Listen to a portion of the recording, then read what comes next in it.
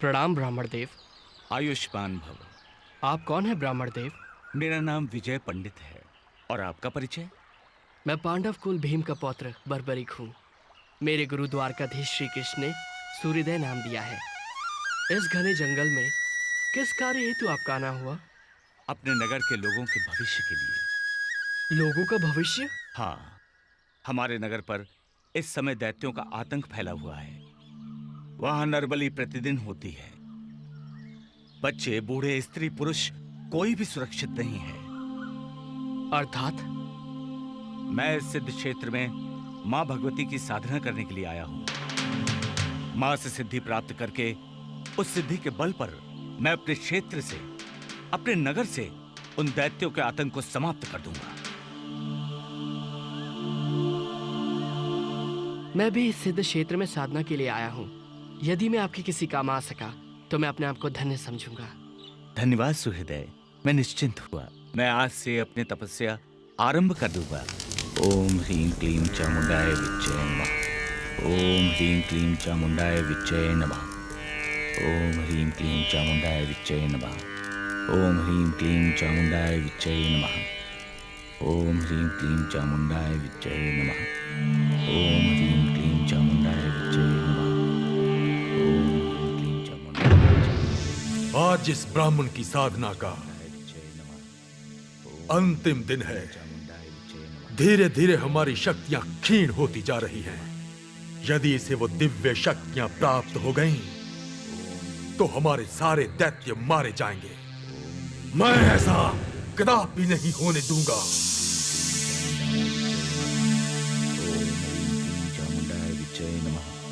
ओम ह्रीं क्लीं चामुंडाय विच्चय नमः। ओम ह्रीं क्लीं चामुंडाय विच्चय नमः। ओम ह्रीं क्लीं चामुंडाय विच्चय नमः। ओम ह्रीं क्लीं चामुंडाय विच्चय नमः। ओम ह्रीं क्लीं चामुंडाय विच्चय नमः। अरे, अनर्थ, घोर अनर्थ! ये क्या कर रहे हो तुम बंधु? साधु महाराज, ये सिद्धि प्राप्ति के लिए हवन कर रहे हैं। अग्नि जलाकर? आप जानते हैं इस अग्नि के तेज से अनेक प्रकार के जीव जंतुओं की हत्या हो रही है। साधु महाराज, अग्नि में आहुति देने से तो देवताओं की तृप्ति होती है। अहिंसा ही परमो धर्म है। जीव हत्या घोर पाप है। मैं ऐसा कदापि नहीं होने दूंगा, कदापि नहीं। ये क्या कर रहे हैं आप? साधु होकर हवन की अग्नि बुझाना चाहते हैं? मैं अच्छी तरह से जानता हूं इन पाखंडी ब्राह्मणों को।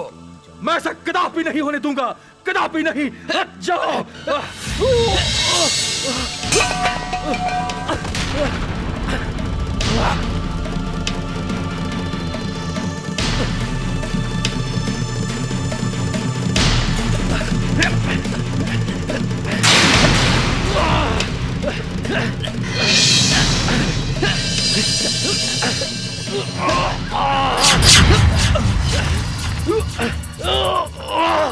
ये साधु नहीं, अवश्य कोई दैत्य है जो नहीं चाहता कि ये यज्ञ संपूर्ण हो।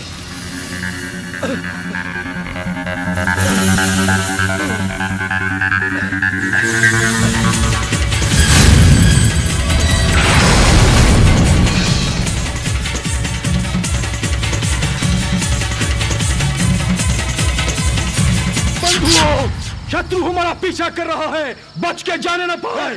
घेर लो इसे, मार डालो इसे।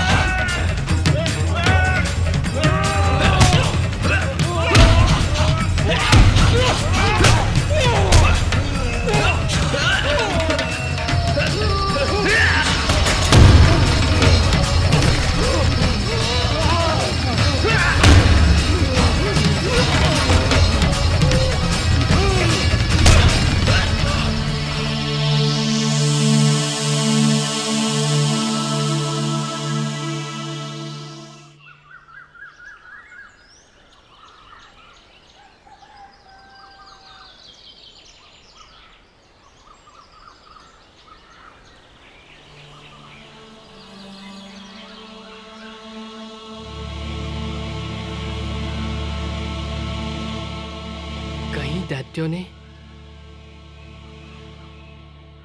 वीर,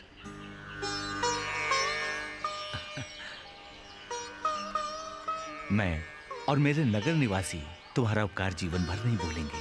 आपकी तपस्या पूर्ण हो गई ब्राह्मण देव। हाँ, मेरी साधना पूर्ण हो गई। देवी माँ ने साक्षात दर्शन देकर मुझे अनुपम सिद्धियां प्रदान की हैं। धन्य है देवी, आप धन्य हैं। अब मैं वापस लौटकर अपने नगर और नगर निवासियों की रक्षा कर सकूंगा। अवश्य ब्राह्मण देव। देवी माँ का आशीर्वाद आपके साथ है। जो सच्चे मन से देवी माँ की पूजा आराधना करते हैं, माँ उन पर सदा कृपा बरसाती है। तुम्हारे सहयोग के बिना यह संभव नहीं था।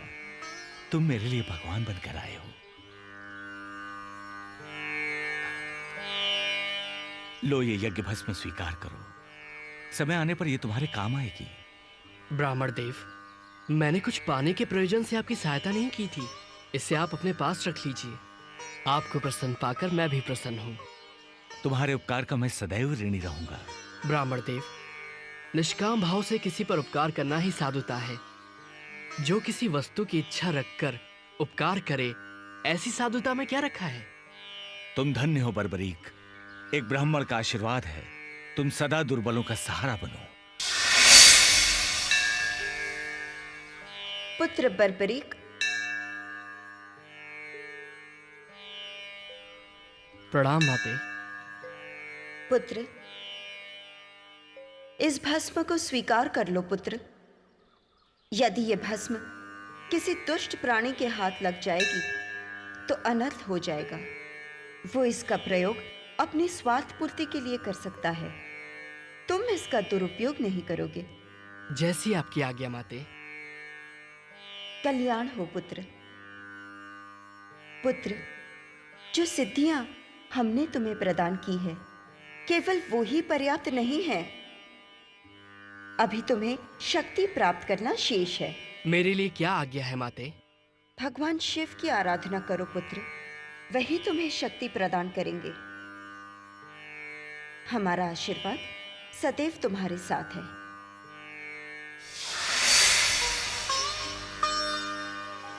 सुहृदय, मैं ईश्वर से प्रार्थना करूंगा कि तुम्हारी आराधना सफल हो। आज से तुम सिद्धसेन के नाम से भी जाने जाओगे। अब मुझे प्रस्थान करना चाहिए।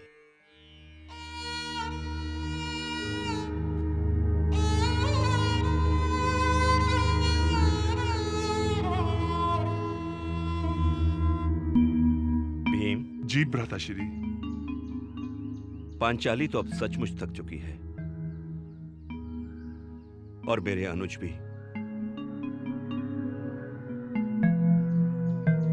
अब तुम मझले होने का कर्तव्य निभाओ और जाकर देखो आसपास कोई जल की व्यवस्था या विश्राम करने का उचित स्थान है या नहीं। और हां, शीघ्र लौटना भीम, क्योंकि 12 बरस की वनवास की अवधि अब समाप्त होने को है और दुर्योधन के सैनिक हमें सियार की भांति सूंघते फिर रहे हैं। जो आज्ञा भ्राताश्री।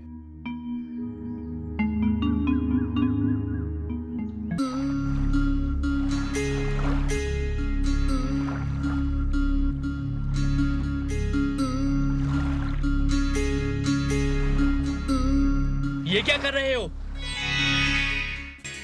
दिखने में तो भद्र और व्यवहार में चांडाल लगते हो। मूर्ख बालक, तुम्हारे माँ बाप ने शिक्षा नहीं दी तुम्हें बड़ों से कैसे बात करते हैं? जाओ और अपने माता पिता से पूछ कर आओ कि इस ताल को गंदा करके तुम कौन सा अच्छा काम कर रहे हो। जल गंदा नहीं करूंगा तो हाथ पैर कैसे धोऊंगा? शीघ्र ही इस ताल से निकलो। इस ताल से मैं देवी के स्नान के लिए जल लेता हूँ और तुम इससे गंदा कर रहे हो। जल का उपयोग नहाने, धोने और शरीर की गंदगी दूर करने के लिए होता है। मंद बुद्धि, वो जल बहती धारा का होता है जहाँ गंदगी रुकती नहीं। ये ताल है, नदी नहीं। तुम यहाँ से निकलो, अन्यथा मैं अपनी सभ्यता की सीमा लांघ जाऊंगा। मैं नहीं जाऊंगा तो क्या कर लोगे? अभी बताता हूँ।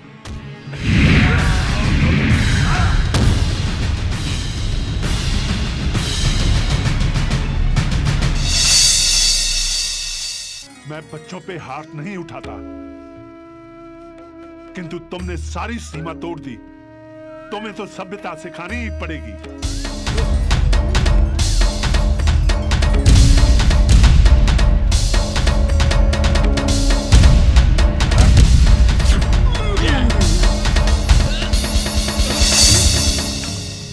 ठहरो वत्स, ये तुम क्या कर रहे हो?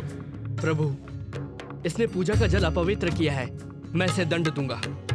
ऐसा मत करो वत्स, ये महाबली भीम तुम्हारे दादा हैं। मेरे दादाश्री भीम? हाँ पुत्र।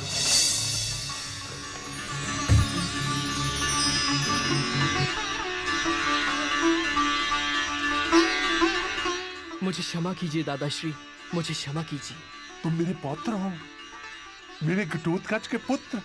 हाँ हाँ दादाश्री, मुझसे अनजाने में ऐसा अपराध हुआ है जिसकी कोई क्षमा नहीं। नहीं पौत्र नहीं, भूल मुझसे भी हुई है। मैंने भी बड़े होने का कोई अच्छा परिचय नहीं दिया। मेरे लिए मात्र जल था और तुम्हारे लिए पूजा का स्थल, इसलिए भूल जाओ जो भी हुआ। कैसे भूल जाऊं दादाश्री, मैंने अपनी शक्ति का दुरुपयोग किया, वो भी अपने दादाश्री पर। मुझे इसके लिए अपने आप को दंड देना होगा। नहीं पौत्र नहीं, मैंने तुम्हारा बाल्यकाल नहीं देखा। हर पौत्र बाल्यकाल में अपने दादा पे हाथ उठाता है। मन मैला न करो पौत्र, हमारा मिलना शायद इसी प्रकार लिखा था।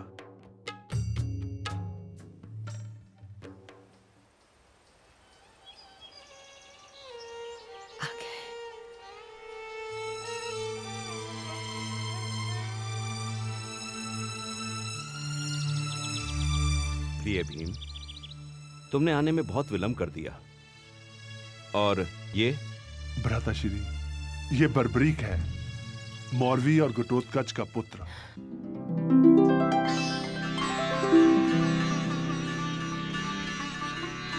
और बर्बरीक, ये तुम्हारे बड़े दादा युधिष्ठिर, प्रणाम।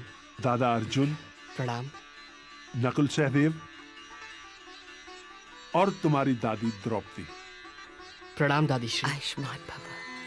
बर्बरीक बड़ा सुंदर नाम है। सुंदरता के साथ साथ ये अद्भुत शक्तिशाली भी है। और जानते हो द्रौपदी, इसने मुझे मल्ल युद्ध में परास्त किया। ये बालक आपको? हाँ द्रौपदी, ये यहाँ वन में सिद्धियां प्राप्त करने आया था और मेरी इससे भेंट हो गई। पुत्र बर्बरिक, तुम्हारी दादीश्री हिडिंबा, माताश्री और पिताश्री कैसे हैं? दादाश्री, जब से मैं श्री कृष्ण से शिक्षा प्राप्त करके निकला हूं तब से उनके दर्शन नहीं हुए। लेकिन ये विदित है कि वो सदैव पिताश्री और आप सबकी चिंता में लगी रहती हैं। घोड़े के टापों की आवाज।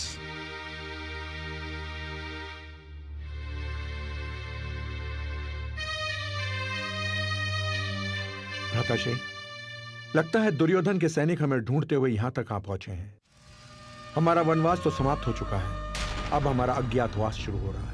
कदाचित तुम्हारा कथन सत्य है अर्जुन, और यदि उन्होंने हमें ढूंढ निकाला तो एक बार फिर हमें 12 बरस का वनवास और 1 बरस का अज्ञातवास सहना होगा। वो आपको नहीं ढूंढ पाएंगे दादाश्री। ये बर्बरीक आपके पौत्र का वचन है।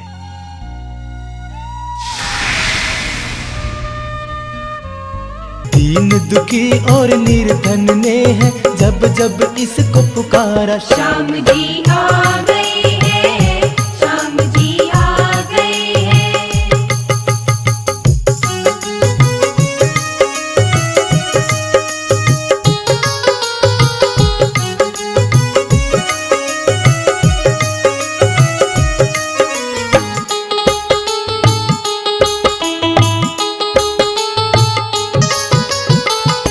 जैसी हो जिसकी भावना पूरी करे है मनोकामना। नमः शिवाय। ओम नमः शिवाय। आंखें खोलो पुत्र।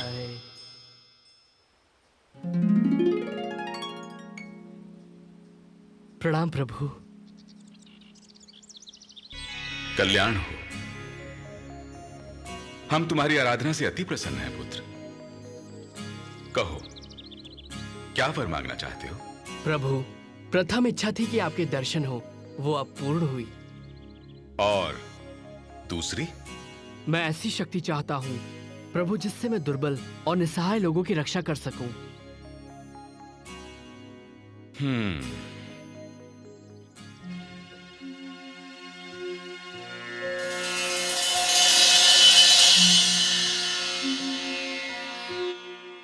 इन्हें स्वीकार करो पुत्र।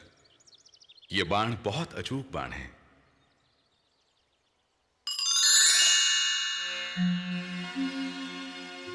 पहला बाण छोड़ने से तुम युद्ध भूमि में जिनका भी वध करने की कामना करोगे, ये बाण उनके शरीर पर मृत्यु चिन्ह बना देगा। दूसरे बाण के चलने से जिन जिन के शरीरों पर मृत्यु चिन्ह बने हैं, ये उनका वध कर देगा। तथा तीसरा बाण समस्त सृष्टि का विनाश कर देगा। किंतु ध्यान रहे पुत्र, इन बाणों का कभी दुरुपयोग मत करना। स्मरण रहे, तुम सदैव दुर्बल का साथ दोगे, हारे का सहारा बनोगे। जो आज्ञा प्रभु।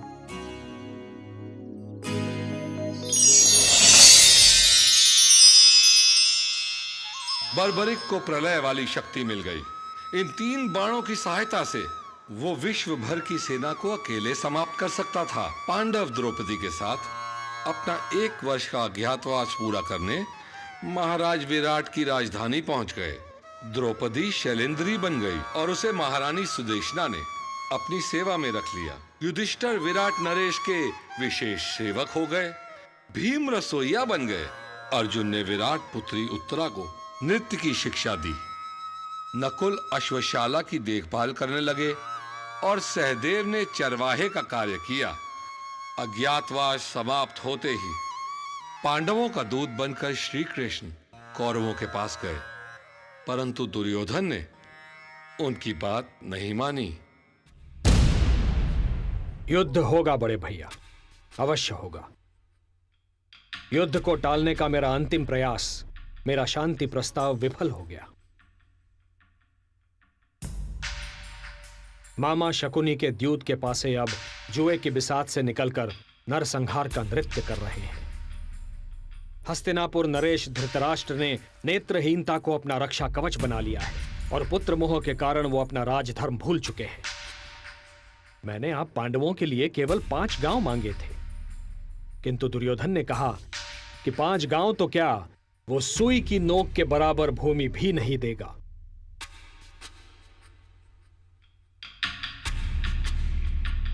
हे केशव, सत्ता और शक्ति के मद में चूर। अनुज दुर्योधन चाहे कुछ भी कहे, किंतु पांडवों की ओर से अंतिम निर्णय लेने का अधिकार मैं आपको सौंपता हूं माधव।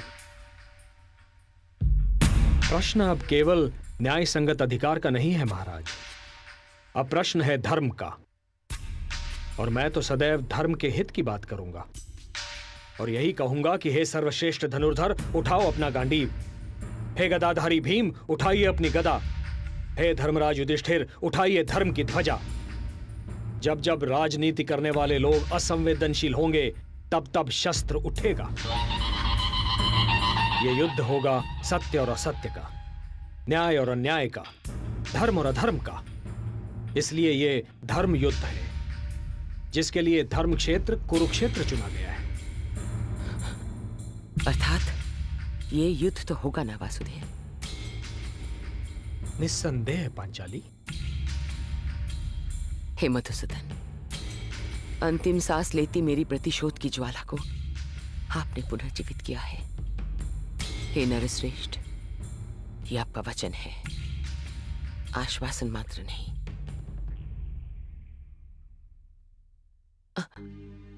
नारी के सम्मान को तार तार होते देखा है आपने। हे दीनानाथ, आपने मेरी लाज ढकी। इन खुले केशों के साथ यदि मैं चिता तक जाती तो मेरा स्थान नरक में निश्चित था। कृष्णे, तुम्हारे रूप में समस्त नारी जाति का अपमान करने वालों को चिता भी नहीं मिलेगी। उनके शवों पर विलाप करने वाला कोई नहीं होगा, होंगे केवल गिद्ध। कुमार बर्बरीक की, कुमार बर्बरीक की, कुमार बर्बरीक की, कुमार बर्बरीक की, कुमार बर्बरीक की, कुमार बर्बरीक की। दादीश्री। बर्बरीक। दादीश्री, मुझे लगा कि आप मुझे याद कर रही हैं, सो मैं यहाँ चला आया। बैठ जा पुत्र। बर्बरीक, विधाता ने तो मेरे भाग में प्रतीक्षा ही लिख दी है। कभी अपनों की प्रतीक्षा उम्र भर, तेरे दादा की प्रतीक्षा, और अब तेरी प्रतीक्षा। दादीश्री, आपकी यही प्रतीक्षा तो आपके अपनों की शक्ति है। आपने जिस कार्य के लिए गुरुदेव श्री कृष्ण के पास भेजा था, उनके मार्गदर्शन में वो पूर्ण हुआ। आज आपके बर्बरीक को संसार की बड़ी से बड़ी शक्ति भी चुनौती नहीं दे सकती। पुत्र बर्बरीक,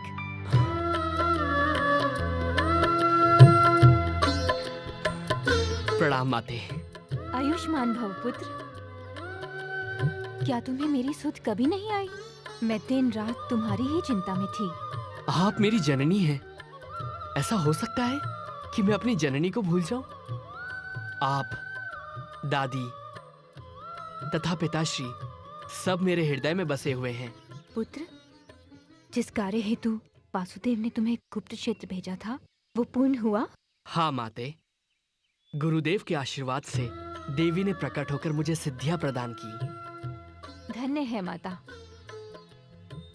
दादी, वन में मेरी दादाश्री, दादी द्रौपदी तथा समस्त पांडव कुल से भेंट हुई। अच्छा, तो तुम्हें उनके दर्शन प्राप्त हुए? हाँ दादीश्री, वो कह रहे थे कि उनका अज्ञातवास चल रहा है। यदि किसी ने उन्हें देख लिया तो उन्हें फिर से वनवास जाना पड़ेगा। हाँ पुत्र, अज्ञातवास के पश्चात भी कौरवों ने पांडवों को नहीं स्वीकारा। मैं समझा नहीं दादीश्री। राजपाट की लड़ाई में पांडव कौरव में लड़ाई छिड़ गई है। छल बल कौरव का धर्म है, पांडव का सत्य अहिंसा कर्म है। कृष्ण शांतिदूत बनकर मध्यता करने गए, किंतु दुर्योधन ने उनकी एक न सुनी। ये तो अन्याय है। युद्ध की तैयारी हो चुकी है। इधर केवल 5 पांडव, तेरे पिता और श्री कृष्ण हैं। निश्चित रूप से विजय कौरवों की होगी, क्योंकि उनके पास तो अपार सेना है। मेरे होते ऐसा कदापि नहीं हो सकता। यदि कौरव सारे विश्व से एक विशाल सेना भी इकट्ठी कर लें, उनके पास मेरे इन बाणों का सामना करने का साहस नहीं है। पुत्र, तू अभी एक बालक है। इतने बड़े योद्धाओं के समक्ष तू अकेला क्या कर सकेगा? माते, भगवान शिव से मुझे शक्तियां प्राप्त हुई हैं। वरदान के स्वरूप मेरे पास 3 अमोघ बाण हैं, जो किसी भी शत्रु को एक पल में समाप्त कर सकते हैं। मुझे युद्ध क्षेत्र में जाने की आज्ञा दीजिए माताश्री। किंतु पुत्र। माते, मैं केवल वहां जाकर युद्ध देखूंगा। मैंने देवी सिद्धंबिका तथा भगवान शिव को वचन दिया है कि जो पक्ष कमजोर सिद्ध होगा, मैं केवल उसी की सहायता करूंगा। मेरे ये बाण केवल हारने वाले पक्ष के लिए चलेंगे। पुत्र। मौरवी, इसे मत रोको। आज पांडव कुल को इसकी आवश्यकता है। जाओ पुत्र, युद्ध जीत कर आओ और इतिहास बनाओ। सदा हारे का सहारा बनो। दीन दुखी और निर्धन ने है जब जब इसको पुकारा। श्याम जी आ गए हैं, श्याम जी आ गए हैं।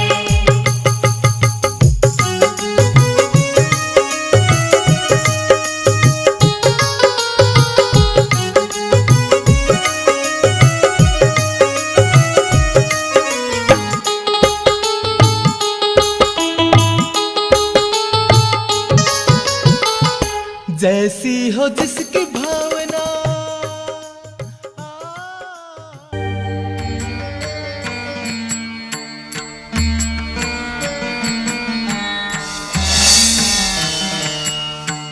धूम दा धरे ना ना, धूम दा धरे ना ना, धूम दा धरे ना ना, धूम दा ना ना ना, धूम युवक, पता नहीं तुम मित्र हो या शत्रु, किंतु वीरता तुम्हारे अंग अंग से झलकती दिखाई पड़ती है।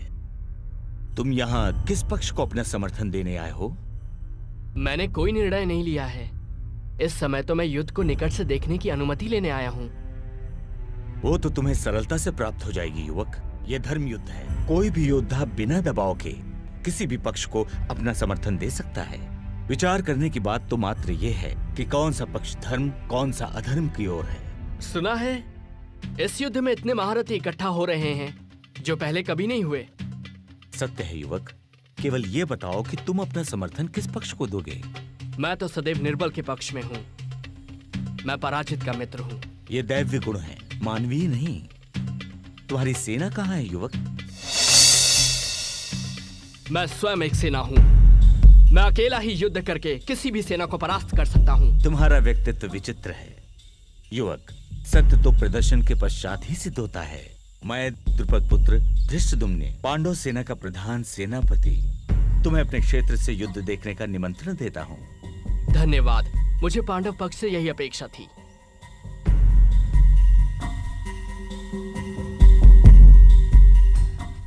दुर्योधन ने अपनी सेना के महारथियों से प्रश्न किया है कि उनमें से कौन कितने दिनों में सेना समेत पांडवों का वध कर सकता है।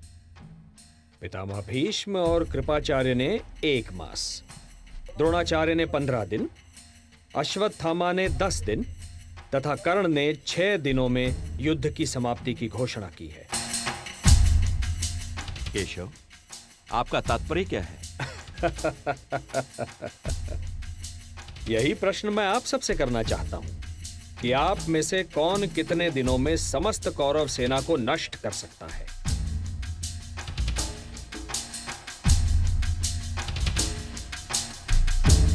वासुदेव, पितामह भीष्म और अन्य महारथियों का युद्ध से पहले ही विजय की घोषणा करना निराधार है। और हमारे शिविर में ऐसे ऐसे योद्धा हैं जिन्होंने कभी पराजय का स्वाद नहीं चखा, और यदि चाहें तो अकेले ही सारे कुरु सेना का नाश कर सकते हैं। और हे वासुदेव, जहां स्वयं आप हैं वहां पराजय का तो प्रश्न ही नहीं उठता है। और फिर भी अगर चित्त की शांति के लिए आप जानना चाहते हैं तो सुनिए वासुदेव, महादेव की सौगंध, जब मेरे बाणों की वर्षा होगी तो अग्नि बरसेगी, और वो अग्नि कुरुसेना और सेनापतियों को यूं जलाकर भस्म कर देगी जैसे ग्रीष्म ऋतु सूखी हुई घास को जलाकर राख कर देती है। महाराज, एक विचित्र युवक आया है। उसकी बातों में बड़बोलापन है, किंतु उसके मुखमंडल पर छलकता आत्मविश्वास उसकी कही गई इस बात को सत्य साबित करता है। वो कहता है कि मैं अकेले ही युद्ध क्षेत्र में समस्त सेना को समाप्त कर सकता हूं।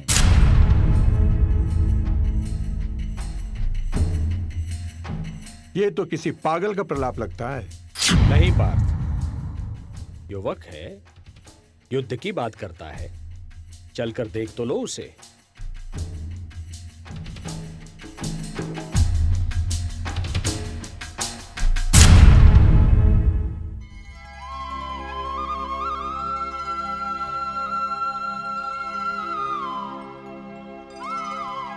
युवक,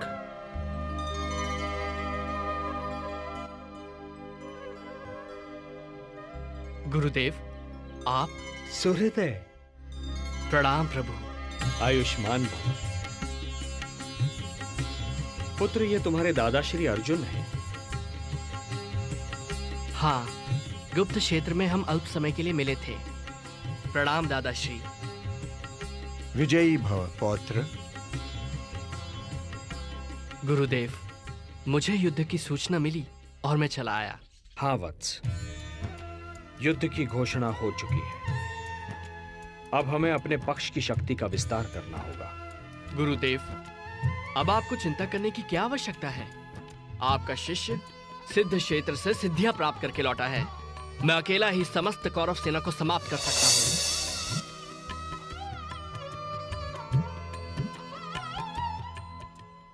गुरुदेव, यह है मेरी साधना का प्रसाद जो मुझे देवी सिद्धंबिका और भगवान शिव ने दिए हैं।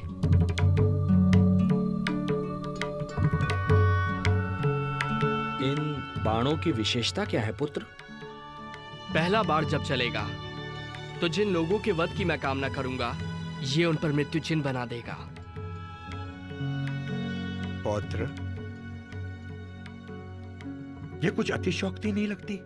नहीं दादाश्री, जब ये दूसरा बाण चलेगा तो जिन जिन के शरीर पर मृत्यु चिन्ह का निशान है ये उनका वध कर देगा। तुमने इन बाणों की कभी परीक्षा की है? अब युद्ध होने ही वाला है, परीक्षा भी हो जाएगी। मान लो कि ये वृक्ष कुरुक्षेत्र है और इसके ये सारे पत्ते शत्रु सेना। इन पर अपने बाणों का प्रयोग करके दिखाओ। जो आ गया गुरुदेव।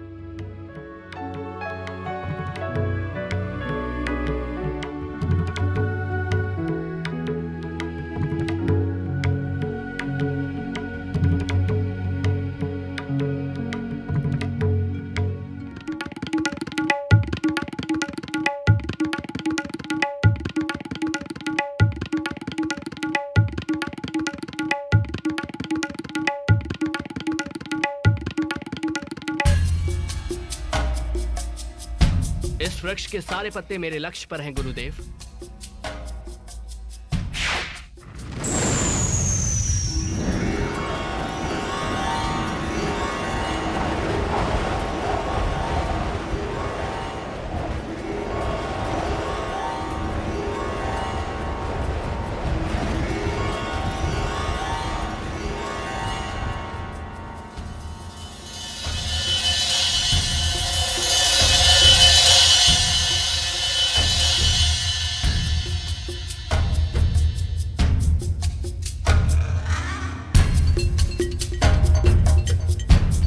गुरुदेव, पहले बाण ने अपना कार्य पूरा कर दिया।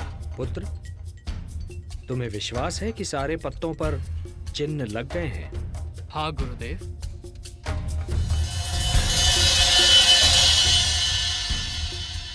गुरुदेव, अब मेरे दूसरे बाण को छोड़ने से जितने पत्तों पर चिन्ह हैं वो भूमि पर गिर जाएंगे और तीसरा बाण तो प्रलय के समान है। यदि मैंने इसका प्रयोग किया तो सारी सृष्टि का विनाश हो जाएगा। मैं इसका प्रयोग कभी नहीं करूंगा। रुक जाओ पौत्र, अब मुझे पूर्ण विश्वास है कि इस महायुद्ध में हम पांडव दुर्बल नहीं हो सकते। दुर्बल तो अब कौरव लगते हैं। ऐसा मत कहिए दादाश्री, अन्यथा अनर्थ हो जाएगा। क्या अनर्थ होगा पुत्र? गुरुदेव, मैंने देवी सिद्धम्बिका तथा भगवान शिव को वचन दिया है कि युद्ध में जो पक्ष कमजोर सिद्ध होगा मैं उसकी ओर से युद्ध करूंगा।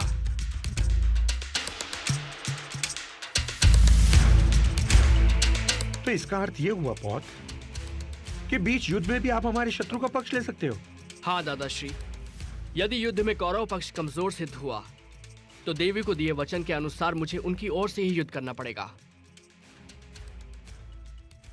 चलो पौत्र, विश्राम कर लो। क्षमा करें गुरुदेव, मैंने निर्णय लिया है कि युद्ध क्षेत्र से बाहर रहकर ही युद्ध देखूंगा।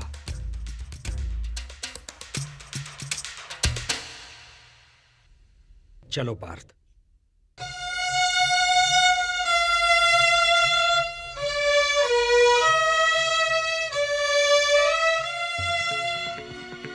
हे केशव, हे जनार्दन, इस युद्ध में तो हमारी विजय निश्चित है। निस्संदेह, किंतु जो मैं अभी सुनकर आ रहा हूं उसका अर्थ यह है कि पहले हमें पराजय की सीमा तक पहुंचना होगा, और पराजय का अर्थ है पांडवों में से 2-3 की मृत्यु और पांडव सेना का विनाश। पराजय? मैं कुछ समझा नहीं केशव। पार्थ, यदि हम कौरव सेना का नाश कर दें और विजय की ओर चलें तो बर्बरीक अपने 2 ही बाणों से अपने विजय उल्लास को पराजय में बदल देगा। तो अब क्या करें?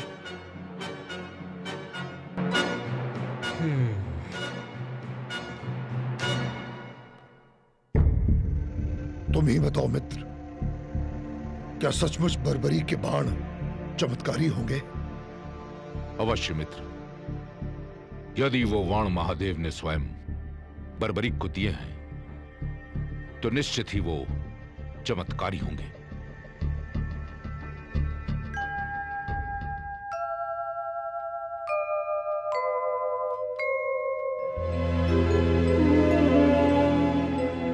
बर्बरीक को युद्ध से हटाना होगा, अन्यथा यह युद्ध की दिशा बदल देगा।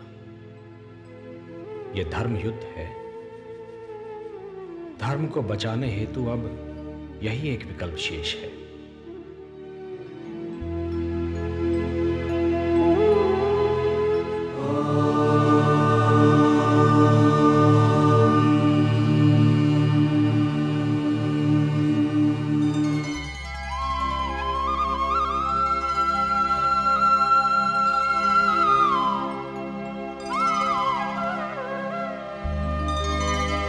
सूर्योदय। प्रणाम गुरुदेव। प्रणाम दादाश्री। आयुष्मान भव।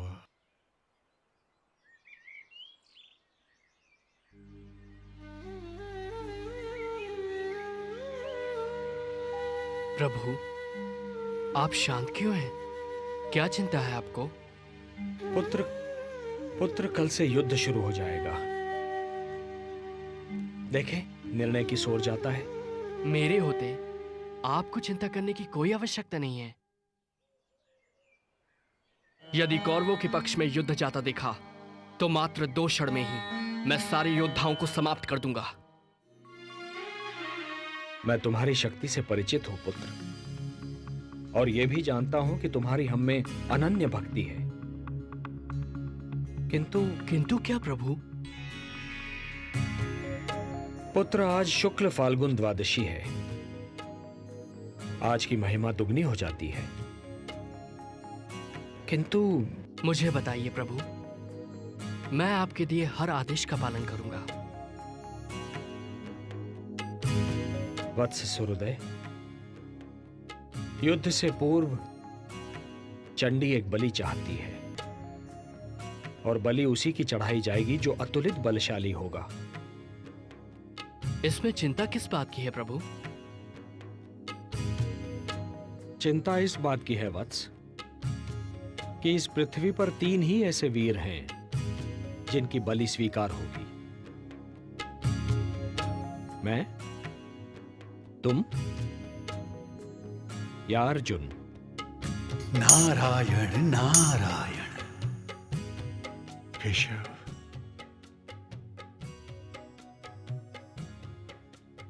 बस इतनी सी बात है केशव? क्या यही आपकी चिंता है? तो है जनार्दन, इस बलि के लिए मैं अपने आप को प्रस्तुत करता हूं केशव, अपने आप को। तुम ये नहीं कर सकते पार्थ, ये धर्म युद्ध है। यदि एक भी पांडव कम हो जाएगा तो ये युद्ध धर्म युद्ध नहीं कहलाएगा। बस एक ही मार्ग शेष है। मैं स्वयं ही अपना बलिदान दे देता हूं। वैसे भी युद्ध ना करने की प्रतिज्ञा ली है मैंने। एक सारथी ही तो हूं तुम्हारा। नहीं केशव, नहीं। प्रभु, आप मेरे गुरु हैं, श्रेष्ठ हैं, सभी तरह से ज्येष्ठ हैं मेरे। ये अधिकार सिर्फ मेरा है, मेरा। मुझे आज्ञा दीजिए प्रभु। आपके चरणों की सौगंध खाकर कहता हूं, आपके उद्देश्य को पूरा करने के लिए मैं अपने शीश की बलि देता हूं।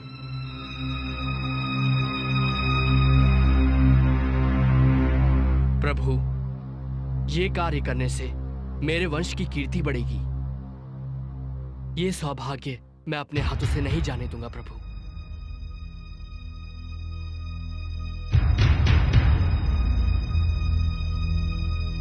सोचिए मत प्रभु। उठाइए ये शस्त्र और मेरे शीश को धड़ से अलग करके चंडी मां को बलि चढ़ाइए। मैं ऐसा नहीं कर सकता। यदि मैंने ऐसा किया तो यह बलिदान नहीं होगा, हत्या होगी।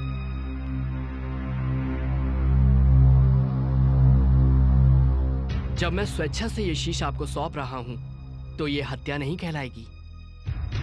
धर्म यह कहता है वत्स कि बलिदानी स्वयं दान दे। यदि मैं ऐसा करता हूं तो वो हत्या ही कहलाएगी।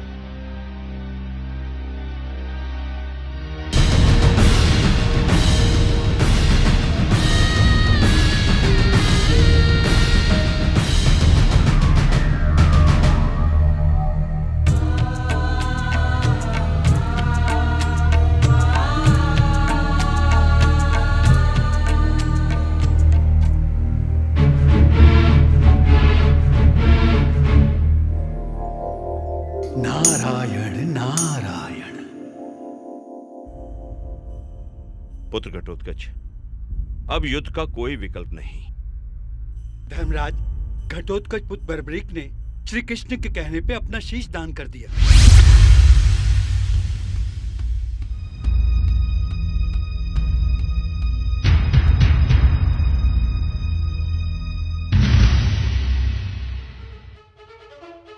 उन वाणों की सत्यता की परीक्षा तो स्वयं वासुदेव ने ली है। इसमें तनिक भी संदेह नहीं कि वे वाण क्षण में पूरे युद्ध को समाप्त कर सकते हैं। अर्थात इसका तात्पर्य ये हुआ और हम बिना युद्ध किए ही हार जाएंगे। अरे भांजे, तुम सदैव विपरीत ही क्यों सोचते हो? क्यों मामाश्री? दुशासन सत्य ही तो कह रहा है। अरे भांजे, अभी अभी ज्ञात हुआ है कि भीम के पौत्र बर्बरीक ने कृष्ण के कहने पर अपना शीश दान कर दिया है।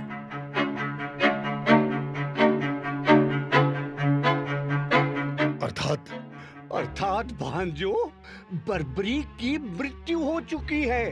अब उसके युद्ध करने का प्रश्न ही उत्पन्न नहीं होता। भीम और पांडव सारे शोकाकुल हैं।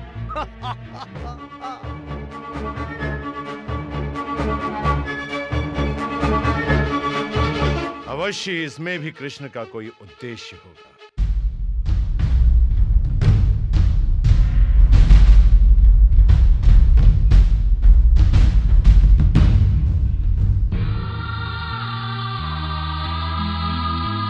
बर्बरीक, पौत्र, ये तूने क्या किया? वासुदेव, ये आपने उचित नहीं किया। अब मैं हिडिंबा और मौरवी को क्या उत्तर दूंगा?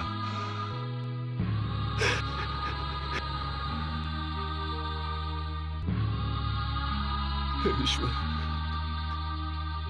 ये तेरी कैसी लीला है? कौन सा पाप किया था मैंने? इससे तो अच्छा होता पुत्र बर्बरीक से पहले मुझे ही मृत्यु आ जाती। कम से कम ये दुख तो नहीं सहना पड़ता। ये आपने क्या किया वासुदेव? और इसके पीछे आपका क्या उद्देश्य है? बोलिए ना केशव।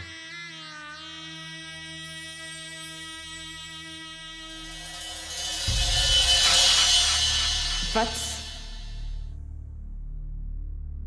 भगवान श्री कृष्ण ने महाबली बर्बरीक से ये शीशदान किस कारण मांगा, मैं बताती हूं।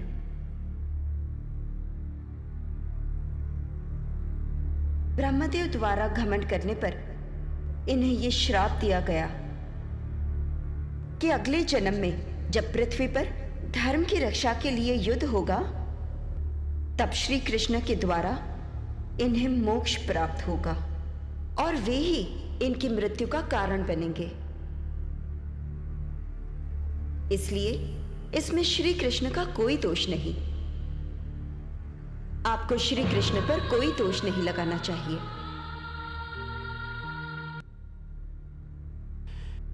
हे केशव, मुझे क्षमा करें, क्षमा करें।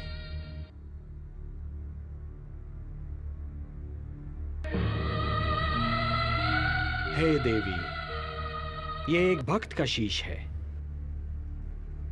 इसे अमृत से सींचो और अजरामर बना दो।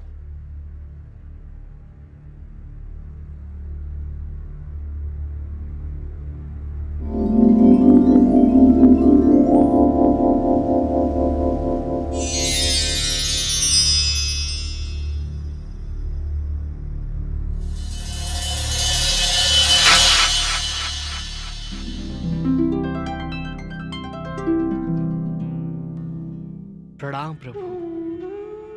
कीर्तिमान भव।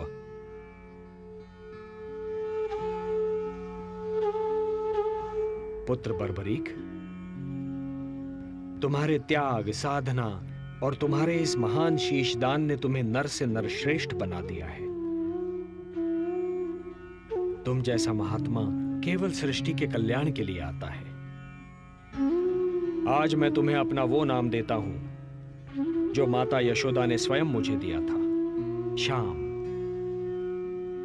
नारायण नारायण। और तुम्हें मैं अपनी सारी शक्ति भी प्रदान करता हूं।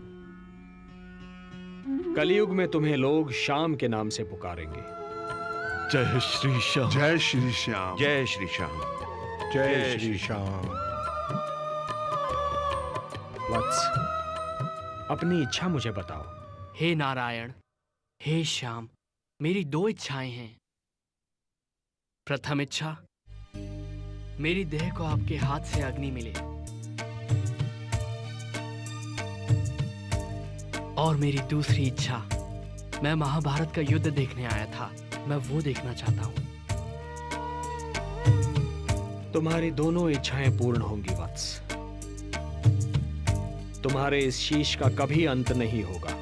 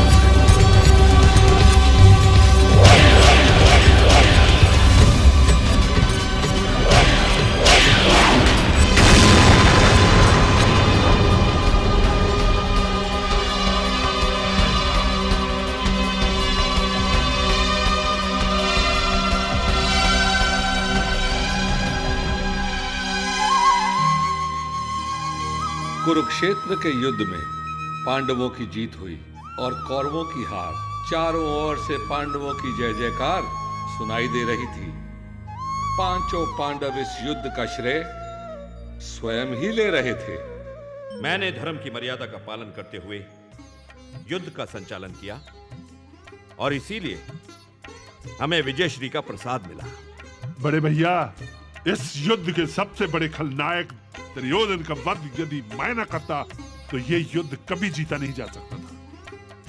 मजले भैया, यदि पितामह भीष्म बाणों की शैया पर नहीं लेटे होते तो विजय हमसे कोसों दूर होती।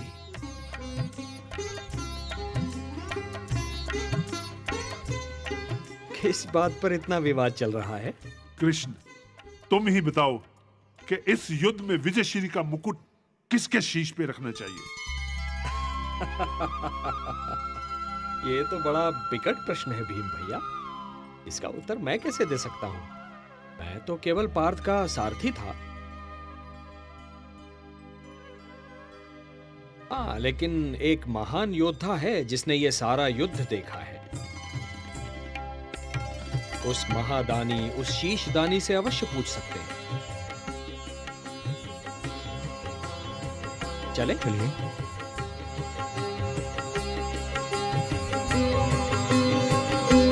नारायण नारायण।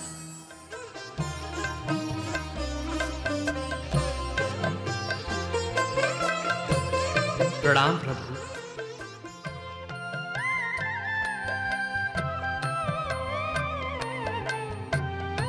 हे शीशदानी, तुमने महाभारत युद्ध देखा? हाँ नारायण, संपूर्ण देखा। तुम्हारे ये पांचों पितामह इस बात पर विवाद कर रहे हैं पुत्र कि इस युद्ध में विजय किसके कारण प्राप्त हुई।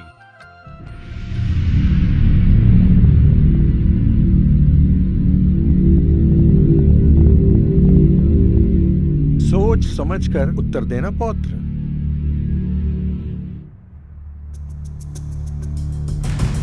ना जाने किस आधार पर आप सब अपने आप को इस युद्ध का नायक मान रहे हैं। आप बड़े दादा धर्मराज युधिष्ठिर, आपने असत्य भाषण करके अपने गुरु द्रोणाचार्य का वध कर दिया। मेरे पितामह भीम, आपने गदा युद्ध के नियमों का उल्लंघन करके दादा दुर्योधन का वध किया। गांडीवधारी आपने तो युद्ध से पूर्व ही गांडी फेंक दिया था। पितामह भीष्म को आपने शिखंडी का आश्रय लेकर बाणों की शैया पर सुलाया। दादा कर्ण से आपके प्राणों की रक्षा के लिए मेरे पिता घटोत्कच ने अपने प्राणों की आहुति दी। नहीं, आप में से कोई भी नहीं है। इस युद्ध का नायक, इस युद्ध के एक ही महानायक हैं, मेरे गुरुदेव श्री कृष्ण। मुझे तो पूरे युद्ध में गुरुदेव श्री कृष्ण और उनके सुदर्शन चक्र के सिवा और कुछ नहीं दिखाई दिया। गुरुदेव श्री कृष्ण केवल दादा अर्जुन के सारथी नहीं, इस महायुद्ध के सारथी थे कृष्ण, केवल श्री कृष्ण।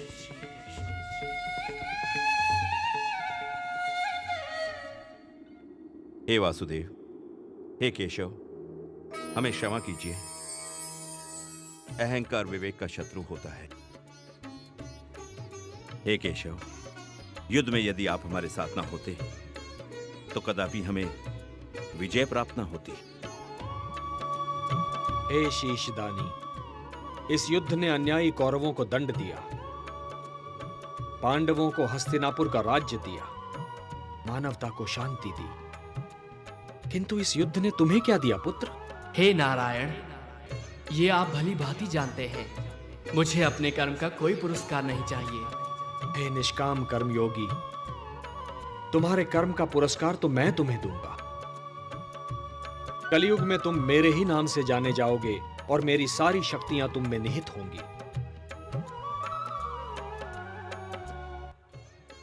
जो भी मनुष्य तुम्हारी पूजा करेगा उसकी सारी मनोकामनाएं पूर्ण होंगी। मेरे लिए क्या आज्ञा है प्रभु? पुत्र, कलयुग का प्रसार बढ़ते ही तुम खाटू नाम के स्थान पर प्रकट हो जाना। वहां की भूमि अत्यंत पवित्र और पावन है। खंडेला का राजा अत्यंत धार्मिक प्रवृत्ति का है। जब तक यह पृथ्वी है पुत्र, जब तक सूर्य चंद्रमा है, जब तक ये सारे नक्षत्र हैं, तुम लोगों के लिए पूजनीय और वंदनीय होगे। तुम्हारे शीश की पूजा होगी पुत्र। तुम शाम नाम से जाने जाओगे और हारे का सहारा बनोगे। ओम नमो भगवते वासुदेवाय।